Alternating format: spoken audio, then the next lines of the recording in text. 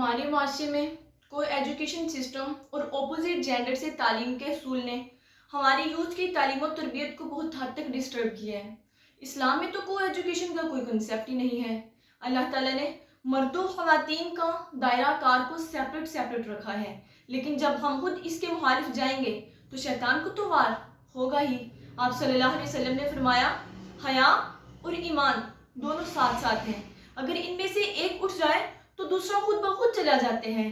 लिहाजा जब को एजुकेशन सिस्टम होगा तो इसमें ईमान को बचाना बहुत मुश्किल हो जाते हैं, क्योंकि नज़र शैतान के जहरीले तीरों में से एक तीर है। अल्लाह ताला कुरान मजीद में इरशाद फरमाते हैं कि जना के करीब भी मत जाओ। सोचने की बात तो ये है कि अल्लाह ताला ने जना के करीब जाने से भी मना फरमा दिया है, यानी ऐसे तौर तरीके जो जना का बाइस बन सकते हैं उनसे भी इज्तनाब किया जाए। वो हदूद जो अल्लाह ताला ने मुकर्रर कर दी हैं, इंसान दूर दूर तक उनके करीब भी ना भटके। ओपोजिट जेंडर में बहुत ही ज़्यादा अट्रैक्शन होती है। अल्लाह ताला कुरान मजीद में इरशाद फरमाते हैं कि औरत की मोहब्बत इंसान में मज़य्यन कर दी है, यानी ये एक फितरी अमर है। तो इसके लिए जो अल्लाह ताला ने हदूद लगाई हैं, हमें उनको फॉलो करना होगा, उनको मद्देनज़र रखना होगा। लेकिन हमारी तबाही का आगाज़ तो उस वक्त होते हैं कि जब हमारी यूथ पसंद ही अपोजिट जेंडर से तालीम हासिल करना करती है। अब सवाल ये पैदा होते हैं, क्या फीमेल बवक्ते मजबूरी किसी मेल से तालीम हासिल कर सकती है?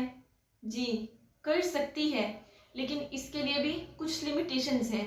मिसाल के तौर पे अगर कोई मेल टीचर फीमेल क्लास में आता है तो स्टाफ को चाहिए कि एक एडिशनल फीमेल जो असिस्टेंट टीचर है उन्हें हायर करें कि वो गर्ल्स के बैक पे बैठें, ताकि फितने का अंदेशा कम हो सके, फितने का कोई अमकान बाकी ना रह सके।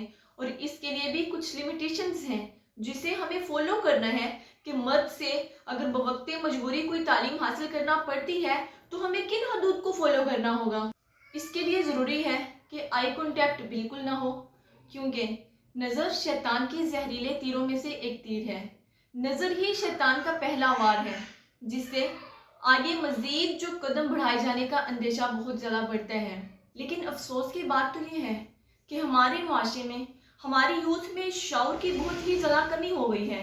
हमारी यूथ आजकल अपोजिट जेंडर में आई कॉन्टेक्ट करने और इसके अलावा बहुत ही ज़्यादा फ्रैंक माहौल में बात करने से अपने आप को as a confident person consider करते हैं, लेकिन ये बात भूल जाते हैं कि अपने आप को कॉन्फिडेंट कंसिडर करने के लिए अपने हया को बिल्कुल छोड़ रहे हैं। उनका हया जाता रहता है। बवक्ते ज़रूरत किसी मेल से अपोजिट जेंडर से बात की जा सकती है, लेकिन इसके लिए कुछ हदूद को मद्देनज़र रखना होगा कि आपकी बात लिमिटेड हो, पर्पसफुल हो और पब्लिक हो।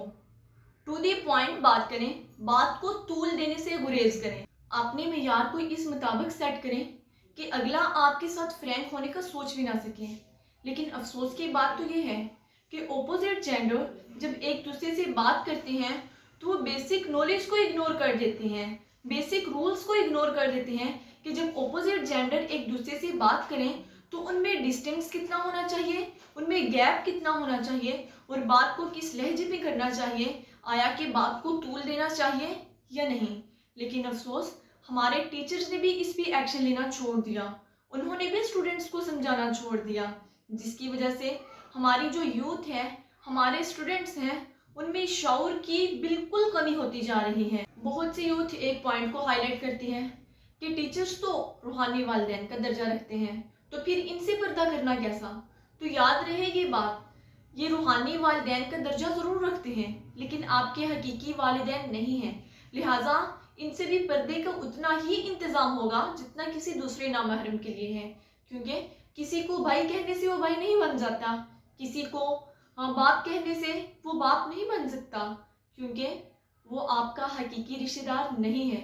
लिहाजा हकीकी रिश्तों में और रूहानी जो हम किसी को दर्जा देते हैं उनमें बहुत ही ज़्यादा डिफरेंस है। लिहाजा ओपोजिट जेंडर अगर कोई टीचर्स हैं तो उनसे भी पर्दे का मुकम्मल तौर पे हमें इंतज़ाम कर लेने चाहिए, उनसे भी मुकम्मल पर्दा है, क्योंकि वो हमारे लिए गैर महरम है, हमारे लिए महरम बिल्कुल नहीं है।